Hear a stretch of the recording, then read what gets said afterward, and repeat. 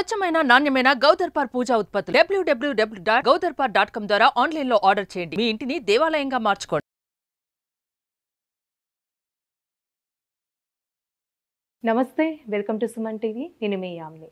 మనకి సెప్టెంబర్ 1 నుంచి 15 వరకు అసలు 12 రాశుల వారికి సంబంధించిన మంచి చెడు ఏ విధంగా ఉంటుంది, ఎలాంటి పరిహారాలు చేసుకోవాలి, ఈ విషయాలు మనకి తెలియచేయడానికి ప్రస్తుతం మనతో ఉన్నారు ప్రముఖ జ్యోతిష పండితులు బ్రహ్మశ్రీ నందిబట్ల శ్రీహరి శర్మ గారు ఉన్నారు. మరి గురుగారితో మాట్లాడి ఆ విషయాల గురించి అడిగి తెలుసుకుందాం. నమస్కారం గురుగారు. వాగర్థావివ సంపృక్తౌ వాగర్థ ప్రతిపత్తయే జగతః పితరౌ వందే పార్వతీ పరమేశ్వరౌ.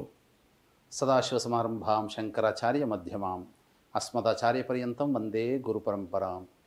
ఆదిత్యాయ చ సోమాయ మంగళాయ బుధాయ చ గురుశుక్రశనిభ్యశ్చ రాహవే కేతవే నమః.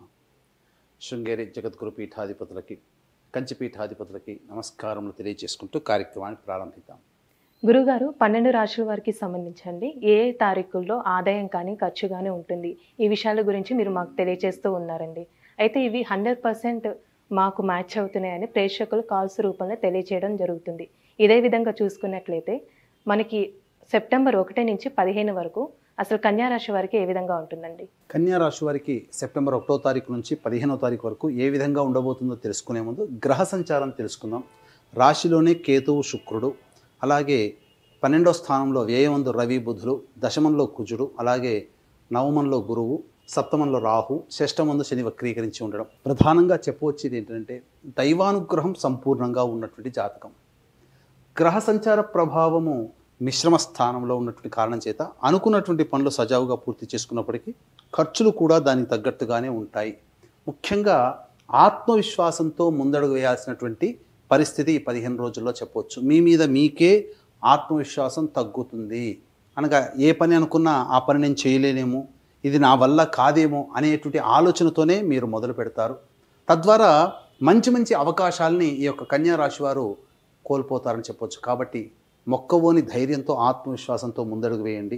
ముఖ్యంగా కుజ సంచార ప్రభావము ప్రధానంగా చీటికి మాటికి చిన్న విషయానికి కూడా కొంత కోపము, చికాకులు ఎక్కువగా ఉంటాయి.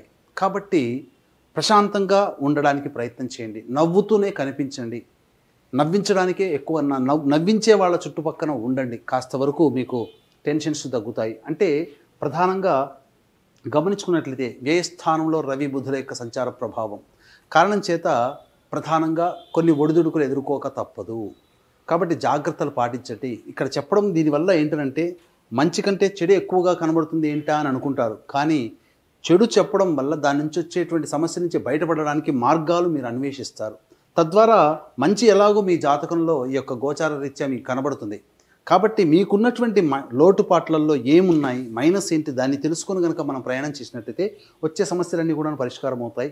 ఇక ప్రధానంగా ఉద్యోగార్థులకి చక్కటి ఉద్యోగ అవకాశాలు జరుగుతాయని చెప్పవచ్చు.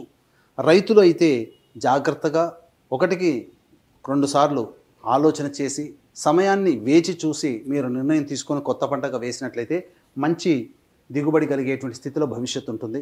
కాబట్టి ఇప్పుడున్నటువంటి పంటకి చేతికి వచ్చినటువంటి పంట 1వ తారీఖు నుంచి 15వ తారీఖు వరకు అనుకూలమైనటువంటి సమయము కాని కారణం చేత కొన్ని ఇబ్బందికర పరిస్థితులు. కాబట్టి 15వ తారీఖు తర్వాత మీకు అధిక రేటుకి మీ యొక్క పంట మీకు చెల్లుబాటు అవుతుందని చెప్పవచ్చు. ఇక ప్రధానంగా వివాహానికి సంబంధించే ప్రయత్నాలు కొన్ని ఒడిదుడుకులు ఎదుర్కొంటారు. కాబట్టి గ్రహ సంచారం మారిన తర్వాత చేసేటువంటి ప్రయత్నాలు మీకు కొలిక్కి వస్తాయని చెప్పవచ్చు. ఎఫ్ఎంసీజీ రంగంలో ఉన్నటువంటి వారికి మంచి ఆదాయం కనబడుతుంది. రియల్ ఎస్టేట్ రంగంలో ఉన్నటువంటి వారు నూతన ప్రాజెక్టులు చేపట్టకపోవడమే చాలా మేలనేటువంటి విషయాన్ని గమనించుకోవాలి.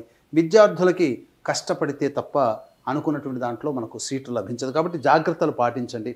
అలాగే ఏది ఏమైనప్పటికీ కూడాను నూతన కార్యక్రమాల ఒరవడిని వాయిదా వేసుకోవడమే, నూతన ప్లాన్ల ఇంప్లిమెంటేషన్కి వాయిదా వేసుకోవడమే చాలా మేలని గమనించుకోవాలి.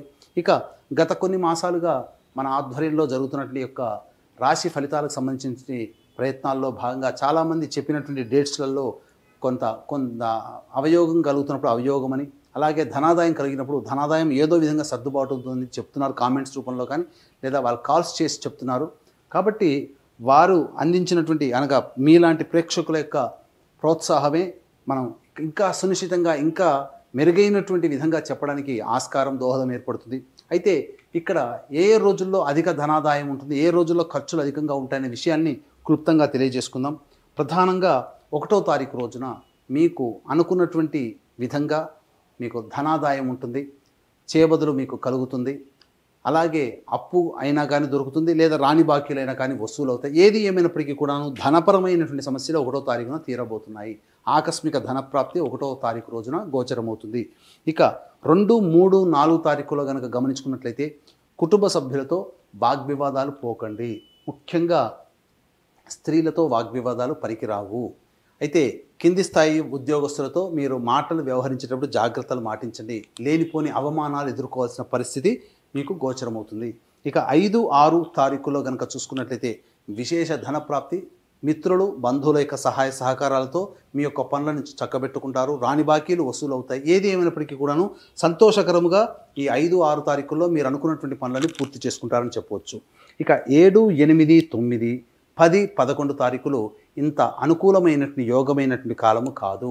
7, 8, 9 తారీఖులో గృహోపకరణాలు, వాహన మరమ్మతులకు సంబంధించినటువంటి ఖర్చులు పెరుగుతాయి. గృహోపకరణాలు కొనుగోలు చేస్తారు, గృహ మరమ్మతులు జరుగుతాయి. తల్లిగారి ఆరోగ్యం పట్ల శ్రద్ధ వహించాల్సినటువంటి పరిస్థితి.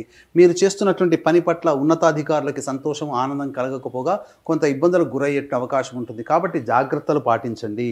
ఇక 10, 11 తారీఖుల్లో మీ యొక్క ఆరోగ్యం పట్ల శ్రద్ధ వహించాల్సినటువంటి పరిస్థితి. వృధా కాలయాపన జరుగుతుంది. ఏ పని యందు శ్రద్ధ పెట్టకపోవడం, తద్వారా మీకు అనుకున్నటువంటి సమయానికి మీ పనులు పూర్తి కాలేకపోవడంతో మీకు కొంత విచారం కలుగుతుందని చెప్పవచ్చు. ఇక 12, 13, 14, 15 తారీఖులు, ఈ యొక్క 12వ తారీఖు, 13వ తారీఖుల్లో విశేష ధనప్రాప్తి, రాని బాకీలు వసూలు అవుతాయి, అధిక ధనాదాయం గోచరం అవుతుంది.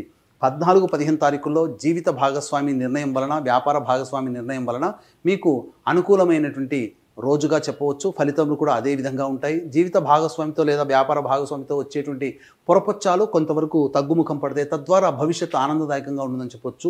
ఏతాబాతా చెప్పొచ్చు. ఇది ఏమిటంటే ఈ యొక్క కన్యా రాశి వారికి చూసుకున్నట్లయితే 2, 3, 4 తారీఖు, 10, 11 తారీఖుల్లో జాగ్రత్తలు పాటించాల్సినటువంటి పరిస్థితి. ఇక 5, 6, 12, 13 తారీఖుల్లో విశేషమైనటువంటి ధనప్రాప్తి గోచరమవుతుంది. ఏతాబాతా మిశ్రమ ఫలితాలు పొందినప్పటికీ, ఖర్చులు అధికంగా ఉన్నప్పటికీ ప్రయోజనాలు మాత్రం సంపూర్ణంగా ఈ యొక్క కన్యా రాశి వారు పొందుతారని చెప్పవచ్చు. అయితే ప్రధానంగా సెప్టెంబర్ మాసంలో జరిగేటువంటి 1వ తారీఖు నుంచి 15వ తారీఖు వరకు చెప్పుకున్నటువంటి రాశి ఫలితాలు. అయితే ఆగస్టు 31వ తారీఖు రోజున శని త్రయోదశి పుష్యమి నక్షత్రంతో వస్తుంది. ఇది అత్యంత అరుదుగా వచ్చేటువంటి శని త్రయోదశి కావున వృషభ బిందున, కర్కాటక, సింహత్తుల, వృశ్చిక, మకర, కుంభమీన రాశిలో జన్మించినటువంటి వారికి శనిదోష పరిహారార్థమై శనీశ్వర హోమము, అఘోర పాశుపత మంత్ర హోమంతో పాటు ఇప్పుడు ఎదుర్కొన్నటువంటి అన్ని సమస్యలకి కారణం గత జన్మ కర్మదోషాలు. కావున కర్మదోష నివారణ హోమాలు మరియు విద్య, వివాహ, ఉద్యోగ, దాంపత్య, అనారోగ్య సమస్యల నివారణకి 18 రకాల హోమాలు కేవలం 1500 రూపాయల రుసుముకి మీరు చేయించుకోవచ్చు, నమోదు చేసుకోవచ్చు. Per head 1500. అలాగే తండ్రి వైపు 7 తరాలు, తల్లి వైపు 4 తరాల్లో ఏవైనా దుర్మరణాలు అంటే road accident, fire accident, suicide attempt, నదిలో బావిలో పడి చనిపోవడం, ఇంట్లోంచి వెళ్ళిపోవడం, లివర్ ఫెయిలే, కిడ్నీ ఫెయిలే, క్యాన్సర్తో చనిపోవడం, 60 సంవత్సరాల లోపల ఏ విధంగా చనిపోయినా, పిండ ప్రదానాలు చేయలేకపోయినా, ఆడపిల్లలు మాత్రమే ఉండే పురుష సంతానం లేకపోయినా, ఇవన్నీ పితృదోషాలు లేదా పితృశాపాలు అని అంటారు.